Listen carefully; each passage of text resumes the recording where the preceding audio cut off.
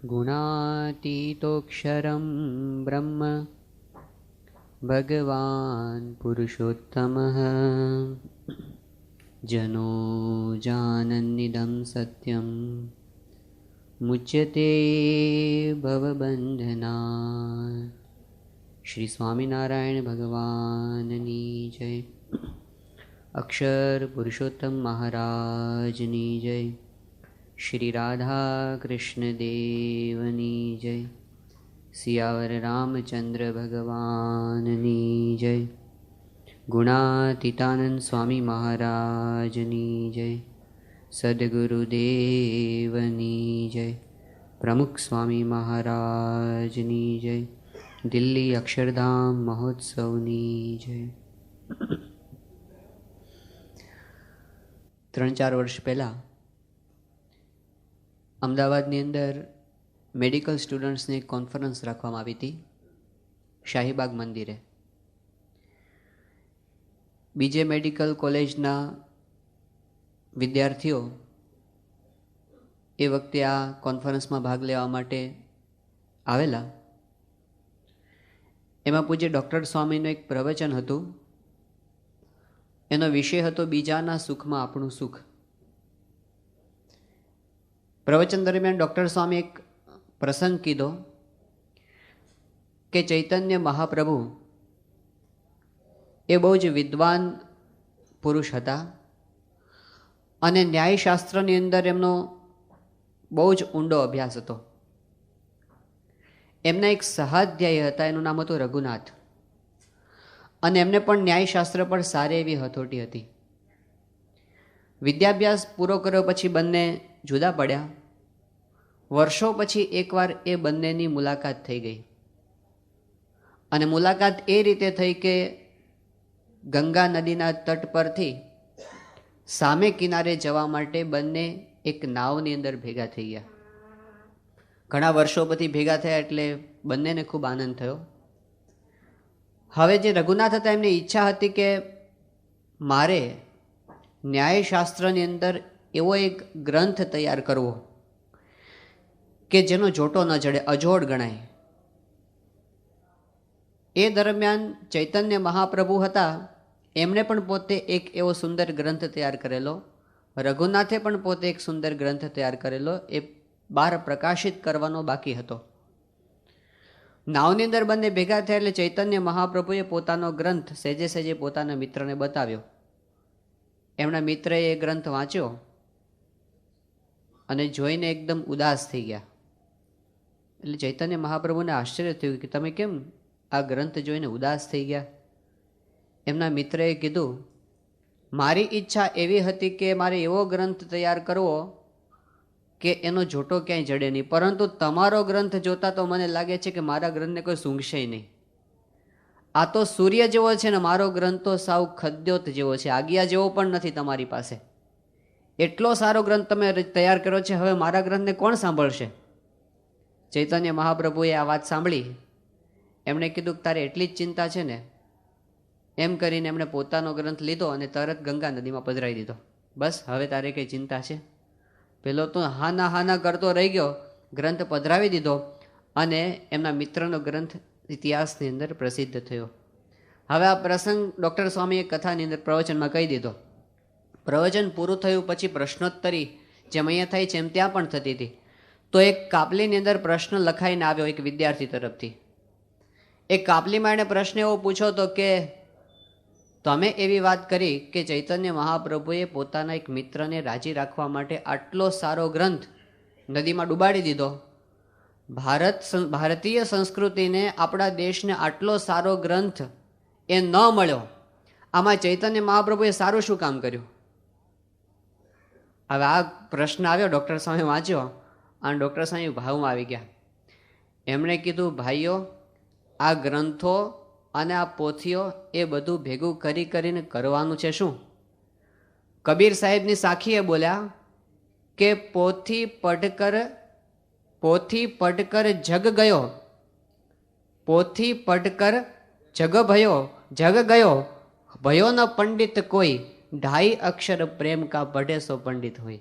એમણે કીધું કે આ બધી પોથીઓ ભણીને પણ જે શીખવાનું છે એ આદર્શ ચૈતન્ય મહાપ્રભુએ ભારતીય સંસ્કૃતિને આપી દીધો કે આટલી હદ સુધી કોઈકના માટે સમર્પણ કરી શકાય છે. એ પેલા ગ્રંથ કરતાં ઘણું મોટું પ્રદાન છે. મહાપુરુષો પોતાના જીવન દ્વારા પ્રદાન આપે છે. મીરાબાઈ કે નરસિંહ મહેતા કે તુકારામ કે શબરીબાઈ, આ બધા મહાન ભક્તો થઈ ગયા. એમણે ભારતની અંદર એક પણ એમને હોસ્પિટલ બનાવી નથી, એક પણ સ્કૂલ બનાવી નથી. તો એમનું કયું પ્રદાન છે? એમનું મોટું પ્રદાન એમનું પોતાનું જીવન છે કે મનુષ્ય દેહે કરીને આ કક્ષાનું જીવન જીવી શકાય છે. એવો એક આદર્શ પ્રસ્થાપિત કરવો આ મહાન પુરુષોનું સૌથી મોટું પ્રદાન હોય છે, એમનું પોતાનું જીવન. ગુણાતીતાનંદ સ્વામીને આજે આપણે યાદ કરવાના છીએ, કારણ કે એમણે આપણને અધ્યાત્મનો ઉપદેશ આ રીતે આપ્યો. અધ્યાત્મનો ઉપદેશ પ્રવચનો દ્વારા આપનારા ઘણા છે, લેખો દ્વારા આપનારા ઘણા છે, પણ અધ્યાત્મનો ઉપદેશ પોતાના જીવન દ્વારા આપે એવા પુરુષ વિરલ હોય છે, અને એને જ આપણે આદર્શ કહી શકીએ. શ્રીજી મહારાજે, ભગવાન સ્વામિનારાયણે એવો સિદ્ધાંત આપ્યો છે કે આપણે અક્ષરરૂપ થઈને પુરુષોત્તમની ઉપાસના કરવાની છે. એમણે એ વાત આપણને સમજાવી છે કે જો આપણે ભગવાનની ઉપાસના કરવી હોય તો અક્ષર જેવા થવું પડે. પણ એમણે મોટી કરુણા તો એ કરી કે અક્ષરરૂપ થવું એટલે શું? આ મનુષ્ય દેહમાં આપણે જ્યારે હોઈએ ત્યારે આપણું આચરણ કેવું હોય તો આપણે અક્ષરરૂપ થયા કહેવાય, એ સમજાવવા માટે ગુણાતીતાનંદ સ્વામી, જે સાક્ષાત અક્ષર બ્રહ્મ છે, એમને પણ મનુષ્ય રૂપે પોતાની સાથે લાવ્યા. એમને સમજાવ્યું કે આ ગુણાતીતાનંદ સ્વામી જેવા તમે થાવ એ તમારું મોડેલ છે. એમને પોતે આદર્શ તરીકે આપણી સામે રાખ્યા અને બતાવ્યું કે આવી રીતે જે વર્તે એ સાચો આદર્શ કહેવાય. અને એ ગુણાતીતાનંદ સ્વામીના જીવનમાંથી આપણે આજે થોડો અભ્યાસ કરવાના છીએ, કઈ રીતે સ્વામી પોતે આદર્શ છે. સ્વામીની એક મોટી વિશેષતા એ છે નિર્વિશેષો વિશેષ. એ પોતે કહેતા કે ગુણાતીતાનંદ સ્વામી વાતની અંદર પોતે સમજાવ્યું છે કે આપણો જન્મ બે વાત સિદ્ધ કરવા માટે થયો છે, અક્ષરરૂપ થવું અને પુરુષોત્તમની ઉપાસના કરવી. એમને જીવનનો આ ધ્યેય આપણી સમક્ષ રાખ્યો. પણ ગુણાતીતાનંદ સ્વામીએ એની સાથે સાથે અત્યારે આપણે જોઈએ છીએ બહાર કે સાધના નામના તત્વને એટલું બધું ભારેખમ બનાવી દેવામાં આવે છે, સાધના શબ્દને એટલો બધો લોકોને આંજી દેવા માટે ઉપયોગ કરવામાં આવે છે, એવું ગુણાતીતાનંદ સ્વામીને કંઈ દેખાશે નહીં. અષ્ટાંગ યોગની સાધના કે કુંડલીની જાગૃત કરવાની કોઈ વાત ગુણાતીતાનંદ સ્વામીએ પોતાના જીવનમાં નથી બતાવી, પોતાના ઉપદેશની અંદર પણ એવી મોટી મોટી વાતો એમણે, હિમાલયમાં જતા રહો એવી વાત નહીં, એકાંતની અંદર કલાકો સુધી ધ્યાનમાં બેસી રહો એવી પણ વાત નહીં. આપણે અત્યારે બધાને સાધના કરી, પ્રશ્ન શું છે? ઘણી બધી ક્રાઇસિસમાં આપણે જીવીએ છીએ ને. કેટલી ક્રાઇસિસ અત્યારે બધી પેટ્રોલની ક્રાઇસિસમાં આપણે અનુભવ કરીએ છીએ. ભાવ વધતા જ જાય છે. કેટલીક જગ્યાએ પાણીની ક્રાઇસિસ છે, કાઠિયાવાડ બાજુ આપણે જઈએ તો ત્યાં અનુભવાય છે. આ બધી ક્રાઇસિસની મોટી ક્રાઇસિસ આપણા બધા માટે સમયની, ટાઈમ નથી. કેટલા બધા પ્રોજેક્ટ આપણા મનમાં રમે છે પણ આપણે નથી કરી શકતા એ કામ. શું? ટાઈમ નથી. ઘણું કરવો છે પણ આપણે કરી શકતા નથી. એ બધાની અંદર એક મોટી વસ્તુ એ છે કે આપણે સાધના પણ કરવી છે. ટાઈમ ક્યાં છે આપણી પાસે? કેટલી બધી પ્રવૃત્તિ છે આપણી પાસે. ગુણાતીતાનંદ સ્વામીએ એ વાત આપણને સમજાવી છે કે આપણી પોતાની પ્રવૃત્તિ હોય તો પણ સાધના કરી શકાય છે. કારણ કે એમણે પોતે પ્રવૃત્તિ એટલી બધી કરી છે. જૂનાગઢ મંદિર, ગુણાતીતાનંદ સ્વામીએ મંદિરના મહંત તરીકે 40 વર્ષ સુધી રહ્યા હતા. અને પ્રવૃત્તિ કેટલી બધી, એવું કહેવાય છે કે 100 સંસારીનો વ્યવહાર ભેગો કરો ત્યારે એક મઠધારીનો વ્યવહાર થાય. એટલો બધો મોટો જૂનાગઢ મંદિરનો વ્યવહાર, 300 સાધુઓ એના હાથ નીચે હતા. એ બધાને ભેગા રાખવાના, એ બધાનું ધ્યાન રાખવાનું, એ બધાનું વ્યવહારિક રીતે અને આધ્યાત્મિક રીતે પોષણ કરવાનું. એક બાપના ઘરની અંદર 10 દીકરા ભેગા હોય શું પરિસ્થિતિ થાય? એ બધાને ભેગા રાખવા એક સરખા. આ તો ગુણાતીતાનંદ 300 જણ, અને આ તો સાધુ, દરેક જુદી જુદી પરિસ્થિતિમાંથી આવેલા હોય. બધા સાધુ કોણ થાય? સ્વતંત્ર મિજાજ ના હોય, સાધુ થયા હોય. જે સંસારનું કોઈ બંધન ન હોય એ છોડીને સાધુ થયો હોય, અને એવા 300 ભેગા કરીને રાખવા સહેલી વાત છે. અને ખાલી સાધુનો વ્યવહાર નહીં, ગુણાતીતાનંદ સ્વામી સોરઠ ને હાલાર ને એ પ્રદેશના ગામડા સ્વામી ખૂંદી વળ્યા છે. હરિભક્તોના વ્યાવહારિક પ્રશ્નોના સ્વામીએ સમાધાન કરેલા છે. અને કેટલી હદ સુધી એના વ્યવહારમાં રસ લીધો. ગુણાતીતાનંદ સ્વામીને ખબર પડી જતી કે આ બાજરો કયા હરિભક્તના ખેતરનો છે, બાજરો જોઈને ખબર પડી જાય. તો આટલો બધો અને વ્યવહારની અંદર રસ લે શું સમજાવે છે કે વ્યવહાર કરતા કરતા પણ એમને પ્રવૃત્તિ કરતા કરતા પણ ભક્તિ થઈ શકે આપણને સમજાવ્યું. એટલે કે પ્રવૃત્તિના સમયે પ્રવૃત્તિ થાય અને ભક્તિના સમયે ભક્તિ પણ થઈ શકે. ગુણાતીતાનંદ સ્વામી એ આપણને સમજાવ્યું કે ખાલી પ્રવૃત્તિ અને ભક્તિ જુદા જુદા સમયે એવું થાય નહીં. પ્રવૃત્તિ કરતા હોય એની સાથે સાથે પણ પેરેલલ ભક્તિ થાય, ભજન કરતા કરતા ક્રિયા થાય. આ એમણે પોતાના જીવન દ્વારા સમજાવ્યું. અને એનાથી મોટો આદર્શ શું કે પ્રવૃત્તિ પોતે જ ભક્તિ બની જાય. પ્રવૃત્તિ અને ભક્તિ નહીં, પ્રવૃત્તિ પોતે જ ભક્તિ બની જાય. એ કઈ રીતે થઈ શકે એ ગુણાતીતાનંદ સ્વામીએ પોતાના જીવન દ્વારા આપણને સમજાવ્યું. અને કેટલા સરળ સિદ્ધાંતોની અંદર હંમેશા જ્યારે માણસ પોતે વિષયની અંદર ઊંડો ન ઉતરી શક્યો હોય, સ્પષ્ટતા ન મેળવી શક્યો હોય, ત્યારે એ ગોળ ગોળ નિરૂપણ બહુ કરે. જે વિદ્યાર્થીને પ્રશ્ન ન સમજાય એનો જવાબ લાંબો હોય, અને જે ડૉક્ટર છે એ પ્રોપર ડાયગ્નોસિસ ન કરી શકે એની છે ને પ્રિસ્ક્રિપ્શન લાંબુ હોય, એકાદી લાગુ પડી જશે આમાંથી, એમ કરીને લાંબુ કરે. પણ ગુણાતીતાનંદ સ્વામીએ કેટલી સરળ, અક્ષરધામમાં જવા માટે ગુણાતીતાનંદ સ્વામી બે વસ્તુ જોઈશે, ઉપાસના અને આજ્ઞા. આ બે પાંખો હોય તો અક્ષરધામમાં જવાય. કેટલી સરળ અને સીધી વાત. બે પાંખોની જરૂર છે, ઉપાસના અને આજ્ઞા. આમાં ક્યાં એમણે ઊંડી વાતો કરી દીધી. ગુણાતીતાનંદ સ્વામીએ સમજાવ્યું કે ઉપાસના અને આજ્ઞા સિદ્ધ કરવા માટે સંતનો સમાગમ કરવો. આટલી સરળ વાત એમણે સમજાવી. અને સંતનો સમાગમ કરવો એમાં સ્વામી વિવેક બતાવ્યો કે સાચા સંતને શોધીને સમાગમ કરવો પોતાના જીવન દ્વારા. ગુણાતીતાનંદ સ્વામી એવા સંતનો સમાગમ શોધ્યો જેનાથી પોતાના જીવનમાં વૃદ્ધિ થાય.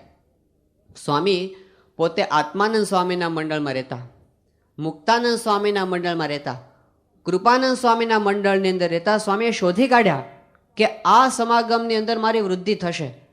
જે સંત મંડળમાં રહેવાથી પોતાને એવું લાગ્યું કે અહીંયા આગળ તો કદાચ મને માન સન્માન મળશે, અહીં આગળ રહેવાથી મને સારા સારા પદાર્થો મળશે, પણ મારું આધ્યાત્મિક પોષણ નહીં થાય એવું એમને લાગ્યું. એ સમાગમ એમને છોડી દીધો, એવું મંડળ એમને છોડી દીધું. આ વિવેક. થોડા વર્ષો પહેલાં સ્વામીશ્રી સારંગપુરની અંદર હતા, પ્રમુખ સ્વામી મહારાજ, અને સંતોની એક ડિબેટ હતી, અભ્યાસ કરનારા સંતોની. અને એનો વિષય એવો રાખવામાં આવ્યો હતો કે આધ્યાત્મિક માર્ગમાં બુદ્ધિની આવશ્યકતા છે કે નહીં. બહુ રસપ્રદ વિષય હતો અને સંતો બધા સારું એવું ભણેલા હતા અને બધા હોશિયાર હતા, એટલે ચર્ચા બહુ જબરજસ્ત થઈ, કોઈ નમતું મૂકી દે નહીં. અને લગભગ કલાકેક સુધી આ બધી ડિબેટ પાવરફુલ ચાલી. જે લોકો એવું સાબિત કરતા હતા કે આધ્યાત્મિક માર્ગમાં બુદ્ધિની આવશ્યકતા છે, એ કહેતા કે દુનિયાનો શ્રેષ્ઠ માર્ગ આધ્યાત્મિક માર્ગ છે ને એમાં તો બુદ્ધિ વિના ચાલે જ નહીં. ભગવાન સ્વામિનારાયણ પોતે કહેતા અમને બુદ્ધિવાળો ગમે છે, માટે બુદ્ધિ તો જોઈએ જ આધ્યાત્મિક માર્ગમાં. સામેનો પક્ષ એવું સાબિત કરતો હતો, એમણે કીધું કે આધ્યાત્મિક માર્ગમાં શ્રદ્ધાની જરૂર છે, બુદ્ધિની જરૂર નથી. બુદ્ધિ તો નડે છે, ઉલટાની નડે. એ ભગવાનને સંતમાં શંકા કરાવે, એના કરતાં શબરીબાઈ સારી, બુદ્ધિનો ઉપયોગ કર્યો નહીં. હવે આ ચર્ચા ઘણી બધી ચાલી. છેલ્લે પ્રમુખ સ્વામી મહારાજને કીધું તમે કન્ક્લુઝન આપો. અને સ્વામીશ્રીના હાથમાં માઇક મૂકવામાં આવ્યું.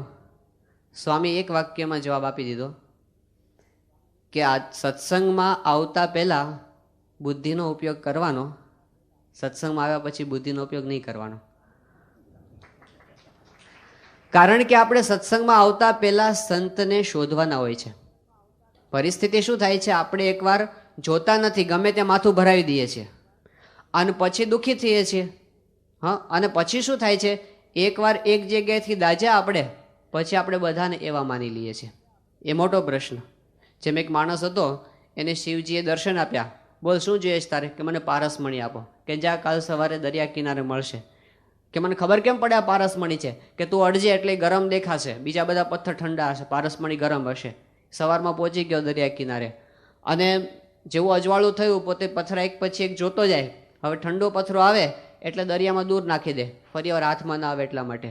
જોતો જાય ને દરિયામાં ફેંકતો જાય, જોતો જાય ને ફેંકતો જાય, જોતો જાય ને ફેંકતો જાય. પછી તો કલાક, 1.5 કલાક, 2 કલાક રીધમ આવી ગઈ. જોઈને ફેંકતો જાય, જોઈને ફેંકતો જાય. એમ કરતા એક પથ્થર હાથમાં લીધો, ઠંડો લાગે એ પહેલાં એને ફેંકી દીધો. જોયું તો ગરમ હતો. એ ગરમ પથ્થરો પણ રીધમ થઈ ગઈ.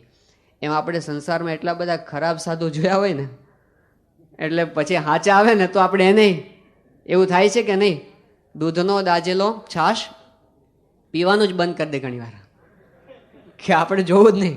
એ રસ્તો જ આધ્યાત્મિક માર્ગ સાધુ માત્ર ખોટા છે એવું થઈ જાય. એટલે ગુણાતીત સ્વામી પહેલો રસ્તો એ બતાવે કે પહેલાં તમે ઓળખો. સ્વામી કે ગુરુનો વિવેક જો, કે પહેલાં એના ગુરુનું વર્તન જોવું, ગુરુનું પોતાનું વર્તન જોવું, એના શિષ્યનું વર્તન જોવું, 3 પેઢી તપાસ કરવી અને પછી એને ગુરુ કરવા. સ્વામીએ પોતાના જીવન દ્વારા આપણને શીખવાડ્યું કે સાચા સંતને પહેલાં શોધવા ગમે ત્યાં ભરાઈ જવું નહીં, ત્યાં બુદ્ધિનો ઉપયોગ કરવો પહેલાં. પછી એકવાર વિશ્વાસ આવ્યો આ ગુરુ સાચા છે, પછી સમર્પિત થઈ જવું, પછી એમાં શંકા કુશંકા કરવી નહીં. આ એમણે સમજાવ્યું છે. અને સ્વામીએ કીધું કે આજ્ઞા અને ઉપાસના આવા સંત થકી સિદ્ધ થાય. તો આજ્ઞા પાલનની અંદર ગુણાતીતાનંદ સ્વામીએ શું આપણને સમજાવ્યું છે? સ્વામીએ એક કીધું કે બીજી બધી આજ્ઞાઓ તો છે જ, પણ સૌથી મોટી આજ્ઞા સ્વામીએ સમજાવ્યું કે નિજાત્માનમ બ્રહ્મરૂપમ દેહત્રય વિલક્ષણમ વિભાવ્ય તેન કર્તવ્ય ભક્તિ કૃષ્ણસે સર્વદા. શિક્ષાપત્રીના 116મા શ્લોકની અંદર ભગવાન સ્વામિનારાયણે જે આજ્ઞા કરી છે એ ગુણાતીતાનંદ સ્વામી સારધાર પોતાના જીવનમાં પાળી બતાવી. કઈ આજ્ઞા? આપણે બધા એમ માનીએ છીએ કે શરીર મારું સ્વરૂપ છે. સ્વામી કે પહેલી આજ્ઞા તો એ છે કે શરીર એ હું નથી, હું શરીરથી નોખો આત્મા છું. અને નોખા માનીને પછી એવું માનવું કે ખાલી શરીર એ મારું આત્મા છું એટલે શું? તો બ્રહ્મ એ મારું સ્વરૂપ છે, અક્ષર એ મારું સ્વરૂપ છે, એવું માની અને પછી ભગવાનની મૂર્તિને પોતાના આત્માની અંદર ધારી અને ભગવાનનું ભજન કરવું. આ મુખ્ય આજ્ઞા છે એવું ગુણાતીતાનંદ સ્વામીએ સમજાવ્યું. તો દેહ ભાવથી રહિત થવું, બ્રહ્મને પોતાનું રૂપ માનવું, આ આજ્ઞા ગુણાતીતાનંદ સ્વામીએ દેહની સામું ક્યારેય જોયું જ નથી. દેહ ભાવથી પર સ્થિતિ એમની સતત આપણને દેખાય છે. કેટલો બધો દેહનો અનાદર ગુણાતીતાનંદ સ્વામીએ કેળવેલો. સ્વામી કે અમે તો આમ હાલ્યા જઈએ ને તો કાંટા હોય કરડ કરડ બોલતા જાય, એટલા બધા એમને પગ કઠણ કરી નાખ્યા. દેહનો અનાદર આત્મસ્થિતિમાં વર્તતા હતા. ગુણાતીતાનંદ સ્વામી પોતે આમ એ કહેતા કે એવી ધાબળી અમે પસંદ કરેલી બીજાનું તો શરીર છોલાઈ જાય, એવી જળભરડ બ્રાન્ડ ધાબળો એમને પસંદ કરેલો પોતે. અને ગુણાતીતાનંદ સ્વામીના તપ, ત્યાગ, વૈરાગ્ય એટલા કઠણ હતા બધા. પેલા જૂનાગઢના નાગરો પણ કહેતા કે આ ગુણાતીતનું બ્રહ્મચર્ય જોઈને તો અમારા કાળજા તૂટી જાય છે, એટલું કઠણ એમને પોતે વર્ત્યા. દેહભાવનો લેશ દેખાય નહીં. અને ખાલી સ્થૂળ દેહ વર્તો એટલો નહીં, આત્મસ્થિતિ એટલે શું? ગમે તેટલા અપમાન થાય એમાં ગુણાતીતાનંદ સ્વામી ડગે નહીં. જૂનાગઢની વડતાલની અંદર ગુણાતીતાનંદ સ્વામી ગયા હતા. હવે આટલા મોટા સદગુરુ ગુણાતીતાનંદ સ્વામી એનું ભર સભાની અંદર અપમાન કરવામાં આવ્યું, આયોજિત અપમાન, પૂર્વ આયોજિત અપમાન ગુણાતીતાનંદ સ્વામીનું થયું. અને એવું અપમાન થયું કે જાણે સ્વામી પોતે કહેતા હતા કે છોતેરાનો મેહ વરસી એમ શબ્દોની જડી સ્વામી ઉપર વરસી. બધાએ જેટલું બોલાતું એટલું ઓકી નાખ્યું બધું. ગુણાતીતાનંદ સ્વામી પોતે બેસી રહ્યા. જ્યારે બધું પૂરું થઈ ગયું અને ગુણાતીતાનંદ સ્વામી કહ્યું હવે તમે વાત કરો. હવે અહીંયા આગળ આપણને સભાની વચ્ચે કોઈ ગધેડો કે અને પછી કે તમે 5 મિનિટ પ્રવચન કરો, કેવી પરિસ્થિતિ થાય? આપણે જતા જ રહીએ. અરે આપણે અહીં આવતા હોય ને આપણને કહે કે આગળ પાછળ જાઓ, આગળ કેમ બેઠા એમ કરીને કોઈક પાછળ મોકલી દે, કેવું મોઢું આપણું થઈ જાય. અને પછી આપણને 2 શબ્દ બોલો, શું નીકળે? આપણે એ ઝેર જ નીકળે. ગુણાતીતાનંદ સ્વામી 2 કલાક સુધી સભામાં ઊભા થઈને કથા વાર્તા કરી, પણ એક પણ શબ્દ અપમાન સંબંધી આવવા દીધો નહીં. ત્યારે બધા બોલી ઉઠે ગુણાતીત તો ગુણાતીત, એમની સ્થિતિ કંઈક જુદી. જીવન પર્યંત એમની અંદર કોઈ દેહ ભાવનો લેશ પણ જોયો નથી. આ નિજાત્માના બ્રહ્મરૂપમ પોતાના જીવનમાં આચરીને એમણે બતાવ્યું. અને મોટી આજ્ઞા આ નિજાત્માના બ્રહ્મરૂપમ તો પાળવાની સાથે સાથે સ્વામીએ કીધું કે આજ્ઞા પાલન એટલે ભગવાનના અને ગુરુના નાનામાં નાના વચન જીવંત પર્યંત પાળવા.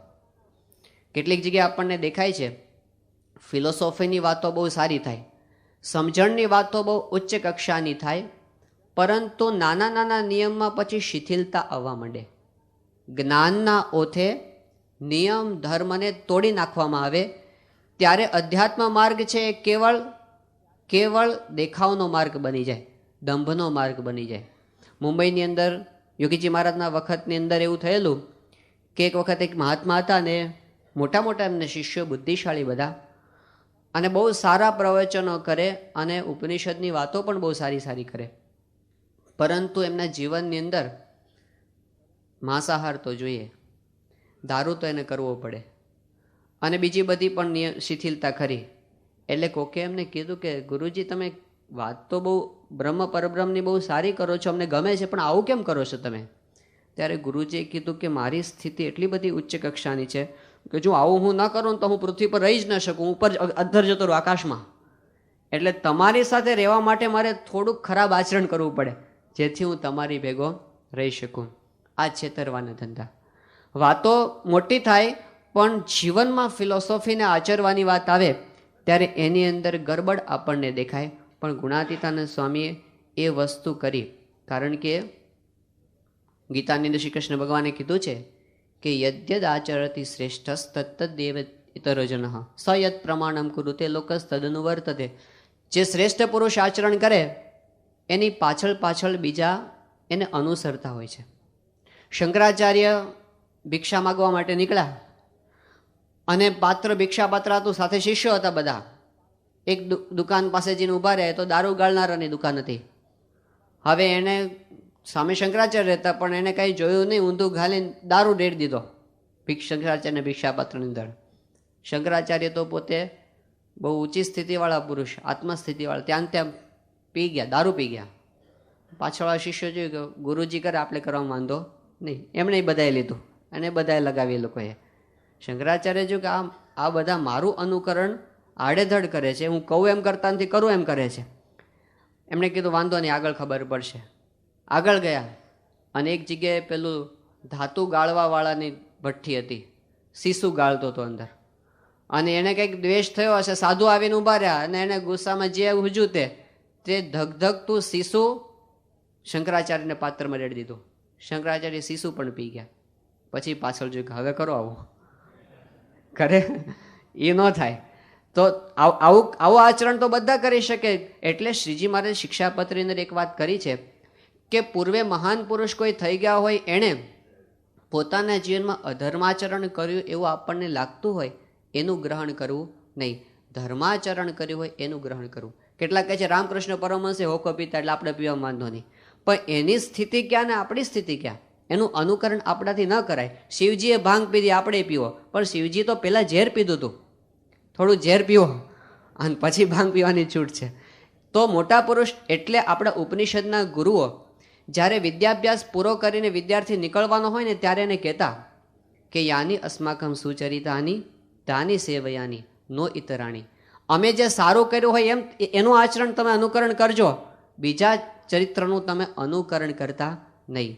પણ ગુણાતીતાનંદ સ્વામી આપણા પર એટલો મોટો ઉપકાર કર્યો કે એમણે એવું આચરણ જ ન કર્યું કે એમાંથી કોઈ ઊંધું શીખી શકે. એમણે તો પોતાનું જીવન જ એવું બનાવ્યું કે એમાંથી સીધું અનુકરણ કરીને કોઈ આધ્યાત્મિક માર્ગમાં, એને જ આદર્શ કહેવાય. એને જ આદર્શ કહેવાય કે જેને સાધક પોતાના જીવનમાં ગ્રહણ કરી શકે. ગુણાતીતાનંદ સ્વામીએ પોતાના ઈષ્ટદેવની આજ્ઞાની અંદર રંચ માત્ર ફેર પડવા દે. સ્થિતિ કેટલી ઉચ્ચ કક્ષાની હતી. ઉપેન્દ્રાનંદ સ્વામી જેવા મોટા સંત, પછી બીજા કામરોળના દાજીભાઈ જેવા, અને એવા તો સેંકડો સત્સંગની અંદર પ્રસંગો છે કે આ બધાના જીવનની અંદર કંઈક અંતરમાં દોષ હોય, મલિનતા હોય, કંઈક કામ વાસના હોય, ગુણાતીતાનંદ સ્વામી દ્રષ્ટિ માત્રે કરી અને કામનું મૂળ ઉખાડી નાખે. એને વિષયના સંકલ્પો મટી જાય ગુણાતીતાનંદ સ્વામીની દ્રષ્ટિ માત્રે કરીને. તો ગુણાતીતાનંદ સ્વામી પોતાની સ્થિતિ કેટલી ઉચ્ચ કક્ષાની હશે, એને વિષય શું બંધન કરી શકે? પણ છતાંય પોતાની આટલી ઉચ્ચ સ્થિતિ હોવા છતાં ગુણાતીતાનંદ સ્વામીએ પોતે ભગવાન સ્વામિનારાયણની આજ્ઞા અષ્ટાંગ બ્રહ્મચર્ય એમાં ક્યારેય ફેર પડવા દીધો નહીં. સુરતની અંદર જ્યારે ગુણાતીતાનંદ સ્વામી વિચરણ કરવા માટે ગયા હતા મુક્તાનંદ સ્વામીના મંડળમાં, 6 મહિના સુધી ત્યાં રોકાયા હતા સ્વામી. રોજ ભિક્ષા માગવા માટે જવાનું થાય સાધુઓને, અને શ્રીજી મહારાજની આજ્ઞા હતી કે ભિક્ષા માગવા જાઓ ત્યારે જો કોઈ સ્ત્રીનું મુખ જોવાઈ જાય, દ્રષ્ટિ માંડીને જોવાઈ જાય, ઉપવાસ કરવો પડે. હવે ભિક્ષા માગવા જાય ત્યારે તો બજારમાંથી પસાર થવાનું અને અજાણતા પણ દેખાઈ જાય, પણ મહારાજને કડક આદેશ હતો. ગુણાતીતાનંદ સ્વામીએ એ વખતે બધા સંતો જાય પણ રોજ જે સાધુ જોડી માગવા જાય એને ઉપવાસ પડે, રોજ જે જોડી માગવા જાય એને ઉપવાસ પડે. પણ એક ગુણાતીતાનંદ સ્વામીની દ્રષ્ટિ એવી સંયમમાં એને કોઈ દિવસ ઉપવાસ ન પડે. એટલે મુક્તાનંદ સ્વામી શું કરતા કે ગુણાતીતાનંદ સ્વામીની જોડનો સાધુ બદલા કરે, એને એકના એક રાખે, કારણ કે એક જ સાધુનો ઉપવાસ પડે એટલા માટે. ગુણાતીતની તો દ્રષ્ટિ એવી જે ક્યાંય બીજે જાય જ નહીં. આ એમની દ્રષ્ટિનો સંયમ, આ એમની નિયમ ધર્મની દ્રઢતા. જે માતા પોતાની બાળક માટે ચરી પાળે એવી રીતે ગુણાતીતાનંદ સ્વામીએ જીવનભર બધા આદેશો શ્રીજી મહારાજના પાળ્યા. ગુણાતીતાનંદ સ્વામી જુનાગઢ મંદિરના મહંત હતા. એ દરમિયાન એક વખત તરનેતરના મહંત ત્યાં આગળ આવ્યા. હવે ગુણાતીતાનંદ સ્વામી તો રોજ પોતાના નિયમ પ્રમાણે ચોગાન વાળતા હતા મહંત થયા પછી પણ. તો પેલા મહંત આવ્યા તરનેતરના, આટલું મોટું સ્વામિનારાયણ મંદિર જોયું એટલે એમને થયું કે આપણે આ મંદિરના મહંતને મળીએ. તો એણે ચોગાન વાળતા સાધુને કીધું કે આ મંદિરના મહંત ક્યાં છે, અમને એની સાથે મુલાકાત કરાવો. એટલે પેલા ચોગાન વાળતા હતા એ સાધુએ કીધું કે સભા મંડપમાં પેલી થાંભલી પાસે જઈને બેસો, હમણાં ત્યાં આવશે મહંત. એમ કરીને ત્યાં બેસાડ્યા. આ બાજુ ચોગાન વાળવાનું કામ પૂરું થયું એટલે ગુણાતીતાનંદ સ્વામી પોતે હાથ પગ ધોઈને ત્યાં જઈને બેઠા ગાદી પર કે તમે મહંત? આ મને ચોગાન વાળતા થાય કે એ જ હું જ મહંત છું, અમારે ત્યાં તો સેવા કરે એને મહંત કહેવાય. પછી કે કેટલા વર્ષથી મહંત છો? સ્વામી કે 40 વર્ષ થઈ ગયા. એટલે કે શું વાત કરો છો, અમારે તો 40 વર્ષમાં 40 મહંત થઈ ગયા. કારણ કે પાછળ ચેલો તૈયાર જ બેઠો હોય, ગુરુ હટશે તો મારો વારો આવે ને, ખસે તો મારો વારો આવે ને. તો રહસ્ય શું છે, આટલા વર્ષો સુધી તમે મહંત રહ્યા, કોઈ તમને આમ ધક્કો મારનારો મળ્યો નહીં. ત્યારે ગુણાતીતાનંદ સ્વામીએ સભા મંડપમાંથી પોતાની જોડી ઉતારી અને કીધું કે જો અમારી મિલકત કેટલી, અને કાઢ્યું તો અંદરથી એમનું એક જોડી લુગડા અને પૂજા અને પત્તર આટલું જ નીકળ્યું. પછી સ્વામીએ કીધું કે અમારી પાસે એવી કોઈ વસ્તુ જ નથી કે જે ચેલો પડાવવાની ઈચ્છા રાખે. સંપત્તિ હોય તો ચેલાન થાય ને, આપણે ચલો લઈ લઈએ. ગુણા સ્વામી કે અમારે તો તિલક્યું પણ લાકડાનું, એમાંથી પણ કાંઈ ઉપજે નહીં. તો એવી રીતે ગુણાતીતાનંદ સ્વામી વર્ત્યા કે ધન સ્ત્રીના ત્યાગની અંદર એમણે ક્યારેય ફેર પડવા દીધો નહીં. ઉચ્ચ સ્થિતિ હોવા છતાં પણ આધ્યાત્મિક માર્ગમાં વિષયથી બચવા માટે જેટલું કાંઈ જગતની અંદર લખાયું હશે, જેટલું કાંઈ બોલાયું હશે, જેટલું કાંઈ વંચાયું હશે, જેટલું કાંઈ વિચારાયું હશે, ચિંતન થયું હશે, ને જેટલું કાંઈ આચરણમાં મુકાયું હશે, એ બધાને ગુણાતીતાનંદ સ્વામી એક વાક્યની અંદર મૂકી દીધું છે. એમનો અનુભવ છે. આટલું સરળતા જો પોતાના આચરણમાં ન કોઈ મૂકી જ ન શકે. ગુણાતીતાનંદ સ્વામી એક વાક્યમાં બોલી ગયા કે વિષયનો સંબંધ થયા મોર તો બકરાની પેઠે બીવું, સંબંધ થઈ જાય તો ત્યાં સિંહ થવું. કેવું વાક્ય છે, પીએચડી થવાય એવું છે આ વાક્ય ઉપર. વિષયનો સંબંધ થયા મોર તો બકરાની પેઠે બીવું, સંબંધ થઈ જાય તો ત્યાં સિંહ થવું. પહેલાં બીવું, પહેલાં ગમે એવી આપણી સ્થિતિ હોય તો પણ એમાં ઘૂસી જવું નહીં. સ્વામી કે દૂર રહેવું. ગુણાતીતાનંદ સ્વામીને એવી આજ્ઞા કરી શ્રીજી મહારાજે કે તમારે બુરહાનપુર જવાનું છે અને બુરહાનપુર જઈને સ્ત્રીઓની સભામાં કથા વાર્તા કરવાની છે. હવે સાધુ માટે તો આ નિયમ વિરુદ્ધની વસ્તુ કહેવાય. ગુણાતીતાનંદ સ્વામી પોતે આમ માન્ય એને લાગ્યું કે આ તો ખોટું થાય છે. શિક્ષાપત્રીમાં આજ્ઞા છે શ્રીજી મહારાજની કે બ્રહ્મચર્ય વ્રતનો ભંગ થાય તો ગુરુનું પણ ન માનવું. પોતે મૂંઝાયા આ બધી વાત સાંભળીને. એટલે નિષ્કુળાનંદ સ્વામીને શ્રીજી મહારાજે કીધું કે તમારા મિત્રને સમજાવો કે એને કંઈ બાધ થાય એવું નથી, એટલે એ પોતે ભલે બુરહાનપુર જાય ને સ્ત્રીઓની સભામાં વાતો કરે. એટલે નિષ્કુળાનંદ સ્વામી ગુણાતીતાનંદ સ્વામીને સમજાવવા માટે ગયા અને જ્યારે બહુ એમને સમજાવ્યા ત્યારે ગુણાતીતાનંદ સ્વામી ધ્રુસકે રોવા માંડ્યા કે મારાથી નહીં થાય, માટે તમે મને રહેવા દો. પણ પછી પાછા શ્રીજી મહારાજ એમને બોલાવ્યા. મહારાજ એમને ભેટ્યા અને કીધું કે નિર્ગુણાનંદ, તમે તો માયાથી પર છો, તમને ક્યારેય કોઈ વિષય બાદ કરી શકે એમ નથી, માટે તમે જાઓ. બહુ આજ્ઞા કરી. ત્યારે ગુણાતીતાનંદ સ્વામી ગયા. 2 મહિના સુધી સ્ત્રીઓની સભામાં વાતો કરી પણ દ્રષ્ટિ જવા દીધી નથી. સિંહ થયા ત્યાં. સંબંધ થઈ જાય ત્યાં સિંહ થયા. પોતાની વૃત્તિ ત્યાં આગળ જવા દીધી નથી. એ બંને વાત ગુણાતીતાનંદ સ્વામીએ આપણને સમજાવી છે પોતાના આચરણ દ્વારા, જે સાધકના જીવનમાં હોવાની જરૂરી છે. અને સ્વામીએ આજ્ઞા પાલનની તત્પરતા તો ક્યાં સુધી બતાવી. ગુણાતીતાનંદ સ્વામી વિચરણ કરતાં કરતાં કોવૈયા ગામમાં પધાર્યા હતા. 28 વર્ષની સ્વામીની ઉંમર હતી. હવે એ દરમિયાન એવું થયું કે સ્વામીને કંઈ બીમારી હતી, એટલે વૈદ્ય એવું કીધું તો તમારે ખાલી દૂધ પીવું, અને હરિભક્તોને બધાને પ્રેમ બહુ, તે પછી દૂધ પીવાનું હતું, દૂધે બહુ પીવડાવતા હરિભક્તો. તો એ દરમિયાન બધા હરિભક્તો, ઉના વિસ્તારના બધા ભક્તો પ્રેમી બહુ, એટલે સ્વામીને ટોપરું ને દૂધ બહુ ખવડાવ્યું હતું. તે સ્વામીનું પેટ હતું એ જરા આમ વધી ગયું હતું આ બધું દૂધ પીને. અને એ વખતે ગુણાતીતાનંદ સ્વામીને શ્રીજી મહારાજે દર્શન આપ્યા, બાળાજોગી રૂપે, આમ જાણે વર્ણી વેશ હોય અને વાળ છૂટા હોય એવા રૂપે શ્રીજી મહારાજે દર્શન આપ્યા ગુણાતીતાનંદ સ્વામીને. અને મહારાજ પોતે બોલ્યા કે સાધુરામ, તમારું પેટ બહુ તગતગે છે, તે દૂધ બહુ પીધામાં આવ્યું લાગે છે. ગુણાતીતાનંદ સ્વામી આ વચનો સાંભળ્યા, એમને લાગ્યું કે કદાચ મહારાજને ગમતું નથી આપણે દૂધ પીએ છીએ ને. અને એમણે એ વખતે સંકલ્પ કર્યો, મહારાજની આજ્ઞા છે આપણે દૂધ ન પીવું. 28 વર્ષની ઉંમરે સ્વામીએ સંકલ્પ કર્યો. 82 વર્ષની ઉંમર સુધી જીવ્યા. સ્વામીએ જીવન પર્યંત દૂધનું ટીપું મોઢા મૂક્યું નથી. એક વચન, શ્રીજી મહારાજના એક વચનને હરિભક્તો આગ્રહ કરનાર મળે, અરે સ્વામી તમને તો કાંઈ બાદ નથી, તમે તો માયાથી પર, તમે અમારા ભાવ. સ્વામી કહે કે એકવાર મહારાજનું વચન છે એને ક્યારેય લોપવું નહીં. નાનામાં નાના વચનને જીવંત પર્યંત પાળવાની આજ્ઞા પાલનની તત્પરતા કેવી હોય સાધકના જીવનમાં, એ સ્વામીએ પોતાના જીવન દ્વારા આપણને સમજાવ્યું. તો આ આજ્ઞા, અને ગુણાતીતાનંદ સ્વામી કહે કે બીજી પાંખ કઈ છે? ઉપાસના. ઉપાસના વિના તો ગમે તેટલા સાધન હોય એની કાંઈ કિંમત નથી. બધા સાધન સ્વામી કે જાનૈયાને ઠેકાણે છે, સ્વરૂપ નિષ્ઠા છે વરને ઠેકાણે. ગમે તેટલી સારી જાન હોય અને હારા લુગડા પહેરીને જાનૈયા જાય તો કંઈ કન્યા મળે નહીં. એના માટે તો વરરાજો જોઈએ. એમ આધ્યાત્મિક માર્ગની અંદર ગમે તેટલા સારા સાધન હોય એ બધા મીંડાને ઠેકાણે છે. સ્વરૂપ નિષ્ઠા, ઉપાસના એકડાને ઠેકાણે છે. એના વિના કોઈ સાધનની સિદ્ધિ થતી નથી. એટલે ભગવાન સર્વોપરી છે, ભગવાન સાકાર છે, ભગવાન સર્વ કરતા હરતા છે. અને એ જ આ પ્રત્યક્ષ શ્રીજી મહારાજ છે. આવી દ્રઢતા ગુણાતીતાનંદ સ્વામીના રોમ રોમની અંદર.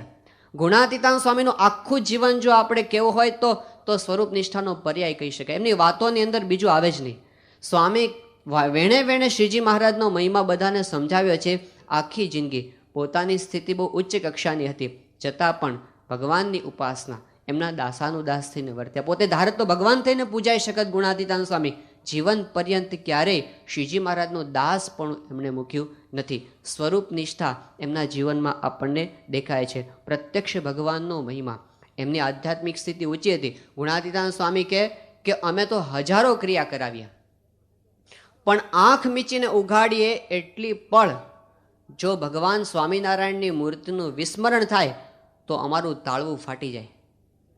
આંખ મીચીને ઉઘાડે એટલી વાર ભગવાનની મૂર્તિ ભૂલાય નહીં. એના અંતરમાંથી ત્રણેય અવસ્થાની અંદર આટલી ઉચ્ચ કક્ષાની અંતરમાં મૂર્તિ દેખાતી હોય એવી અવસ્થા, છતાં પણ ભગવાન સ્વામિનારાયણના દર્શનની તત્પરતા કેવી, પ્રત્યક્ષના દર્શનની તત્પરતા. આ ઉપાસના છે. ગુણાતીતાનંદ સ્વામી ત્યાં ગરડાની અંદર હતા, ચોમાસાના દિવસો હતા, અને ગરડાની અંદર દાદા ખાચરના દરબારમાં મુક્તાનંદ સ્વામીનો ઉતારો હતો. અને એનું જે એની ઝૂંપડી હતી એ ઝૂંપડીના નેવાની નીચે ગુણાતીતાનંદ સ્વામી ઊભા હતા. વરસાદ ધોધમાર વરસતો હતો અને રાતના 12 વાગવા આવ્યા હતા. બધા સૂઈ ગયા હતા. અને એવા સમયે મુક્તાનંદ સ્વામી અચાનક જાગી ગયા અને જોયું કોઈક બહાર ઊભું છે. એટલે આ વરસતા વરસાદમાં કોણ ઊભું છે જોવા માટે પોતે બહાર આવ્યા. જોયું તો ગુણાતીતાનંદ સ્વામી નેવા નીચે ઊભા હતા.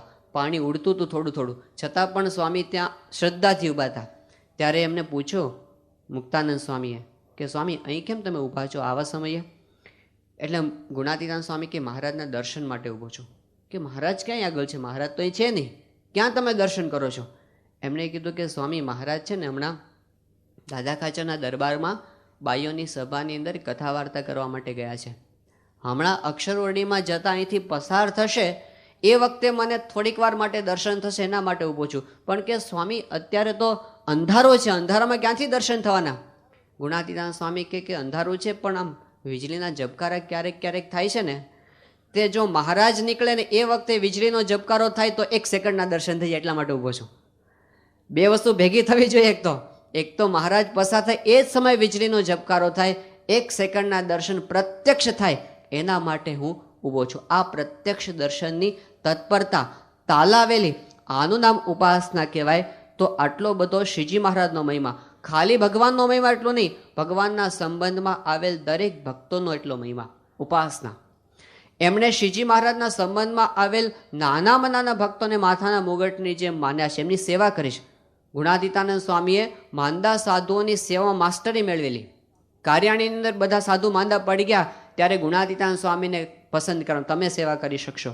ધર્મપુર જ્યારે જતા હતા શ્રીજી મહારાજ ધરમપુર, અને એ વખતે વચ્ચે સાધુ માંદા પડ્યા તો એની સેવામાં ગુણાતીતાનંદ સ્વામીને જ પસંદ કરવામાં આવ્યા. વડતાલની અંદર 18 સાધુ માંદા પડ્યા, એની સેવા એકલા હાથે ગુણાતીતાનંદ સ્વામી પોતે કરતા. નાનામાં નાની સેવા. ચોમાસાના દિવસોમાં સંઘ જતો હતો, ગુણાતીતાનંદ સ્વામી સાથે હતા, અને ભાલનો પેલો કાદવ બધાના પગના જોડા ચોંટવા માંડ્યા, અને આ જોડા હવે કેવી રીતે હાથમાં તો લઈ શકાય નહીં, કારણ કે ખરાબ લાગે. ગુણાતીતાનંદ સ્વામી બધાના જોડા ભેગા કરીને જોડી બાંધીને પોતાના ખભે લીધી અને પોતે ચાલતા થઈ ગયા. બધાના ગુરુ થઈને પૂજાય એવા, પણ દાસાનું દાસ થઈને પોતે વર્ત્યા. શ્રીજી મહારાજનો મહિમા, એમના સંબંધમાં આવેલ ભક્તોનો મહિમા, આ ઉપાસના. અને એમના ભક્તોનો મહિમા એટલું નહીં, એમના સંબંધમાં આવેલ પદાર્થનો, વસ્તુનો પણ મહિમા. ગરડાની અંદર શ્રીજી મહારાજ લક્ષ્મીવાડીએ પધાર્યા હતા, અને મહારાજ ત્યાં આમ ઘોડી ખેલાવતા હતા શ્રીજી મહારાજ. હવે એમાં અચાનક એવું થયું કે શ્રીજી મહારાજની પાઘમાંથી તોરો, ફૂલનો તોરો એ નીચે પડી ગયો જમીન પર. અને આ ગુણાતીતાનંદ સ્વામીએ જોયું. ગુણાતીતાનંદ સ્વામીએ જોયું એ જ વખતે ભુજના ગંગારામ મલ્લ એમણે પણ જોયું, અને એમને પણ ઈચ્છા કે પ્રસાદીનો તોરો મને મળે. ગુણાતીતાનંદ સ્વામીને પણ ઈચ્છા કે પ્રસાદીનો તોરો મને મળે. અને બંનેને ખબર પડી કે પેલો પણ જોઈ ગયો છે, અને બંને દોડ્યા તોરો લેવા માટે.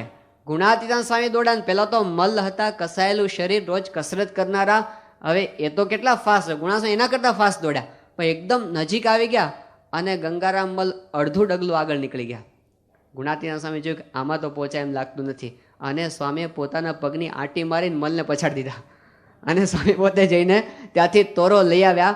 સંબંધમાં આવેલ નાનામાં નાની વસ્તુનો મહિમા, પોતાની સ્થિતિ ત્યાં આગળ ભૂલી જાય કે હું તો અખંડ મહારાજને ધારણ કરીને વિચરું છું, એને બાજુ મૂકી દે. પ્રત્યક્ષની અંદર એના સ્વરૂપના સંબંધમાં આવેલ દરેક વસ્તુનો અપાર મહિમા, આટલું આપણને સ્વામીના જીવનમાં દેખાય છે. તો ભગવાનનો મહિમા, ભગવાનના સંબંધમાં આવેલ દરેક વસ્તુનો મહિમા સ્વામીએ આપણને સમજાવ્યું. મધ્યના 28મા વચનામૃતની અંદર શ્રીજી મહારાજે વાત કરી છે કે કલ્યાણના માર્ગની અંદર જેટલું કાંઈ આ પૃથ્વી પર શબ્દ માત્ર છે, એ બધાનો સાર કાઢીને અમે તમને કહીએ છીએ. આ વાત પરમ રહસ્ય છે, અને સારનું પણ સાર છે. પૂર્વે જે કોઈ કલ્યાણને માર્ગે ચાલ્યા છે, હમણાં જે કોઈ કલ્યાણને માર્ગે ચાલી રહ્યા છે, ભવિષ્યમાં જે કોઈ કલ્યાણના માર્ગને ચાલશે, એ બધાને માટે આ વાર્તા જીવન દોરીરૂપ છે.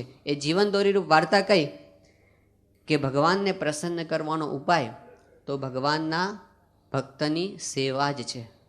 અને સ્વામીએ આખી જિંદગી એ સેવા કરતા રહ્યા, આખી જિંદગી હંમેશા નાનામાં નાના થઈને સેવા કરી. આ સાધકના જીવનમાં અત્યંત મહત્વનો ગુણ.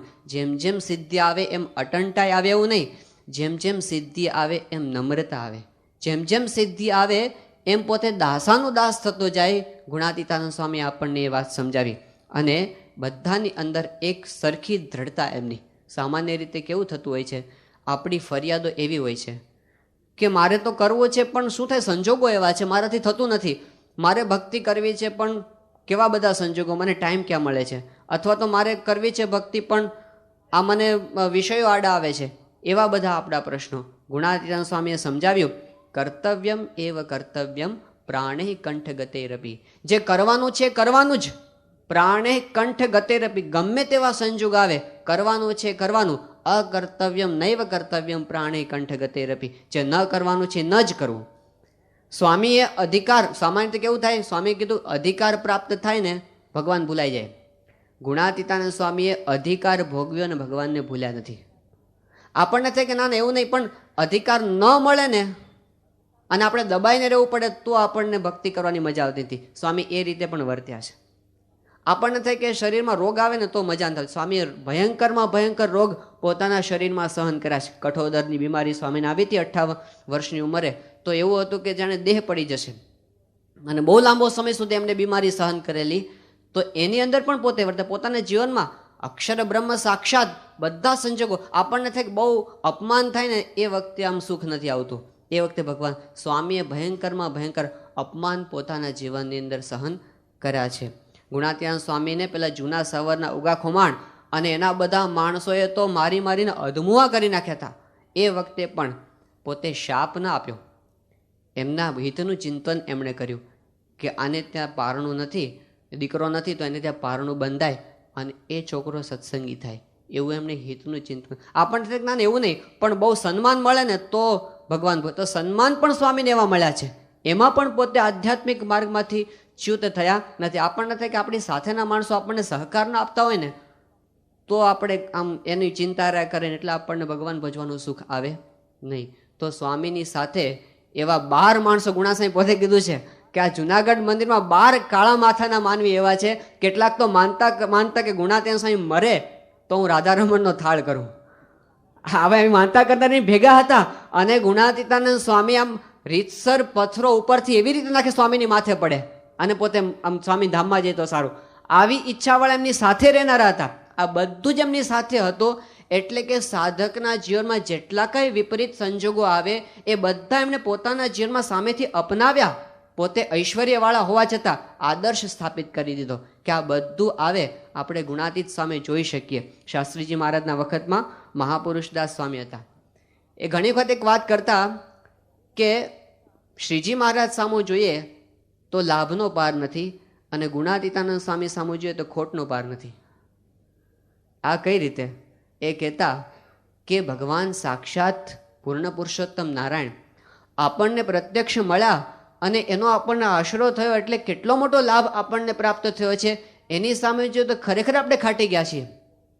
પણ ગુણાતીતાનંદ સ્વામી સામે જોવાનું શું કામ?